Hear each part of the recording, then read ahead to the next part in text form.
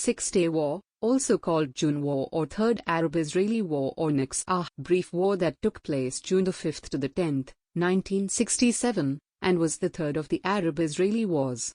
Israel's decisive victory included the capture of the Sinai Peninsula, Gaza Strip, West Bank, Old City of Jerusalem, and Golan Heights. The status of these territories subsequently became a major point of contention in the Arab-Israeli conflict.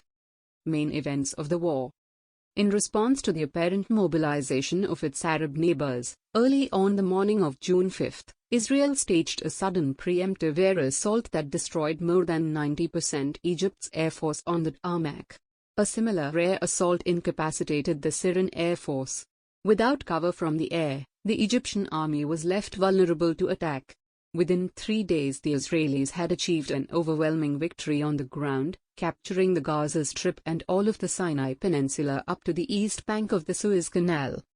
An eastern front was also opened on June 5 when Jordanian forces began shelling West Jerusalem, disregarding Israel's warning to King Hussein to keep Jordan out of the fight, only to face a crushing Israeli counterattack. On June 7, Israeli forces drove Jordanian forces out of East Jerusalem and most of the West Bank. Photos and films of Israeli troops taking control of the Old City of Jerusalem have proved to be some of the war's iconic images. The UN Security Council called for a ceasefire on June 7 that was immediately accepted by Israel and Jordan. Egypt accepted the following day. Syria held out, however, and continued to shell villages in northern Israel. On June 9, Israel launched an assault on the fortified Golan Heights, capturing it from Syrian forces after a day of heavy fighting. Syria accepted the ceasefire on June 10. What was the Six-Day War about? The Six-Day War between Israel and its Arab neighbors was not about one particular concern or dispute. The war occurred, rather, after a series of events escalated tensions. After a number of smaller military strikes between the countries, Soviet intelligence reports heightened tensions by claiming that Israel was planning a military campaign against Syria. As Egypt began to ready itself for war, Israel launched a preemptive strike against Egypt and Syria, marking the beginning of the Six-Day War between Israel and an Egypt-Syria-Jordan alliance. Where was the Six-Day War fought? The Six-Day War began with a preemptive Israeli air assault in Egypt and Syria. An Israeli ground offensive was also launched in the Sinai Peninsula, the Golan Heights, the Gaza Strip, and the West Bank. These territories were all captured by Israel, though the Sinai Peninsula was later returned to Egypt.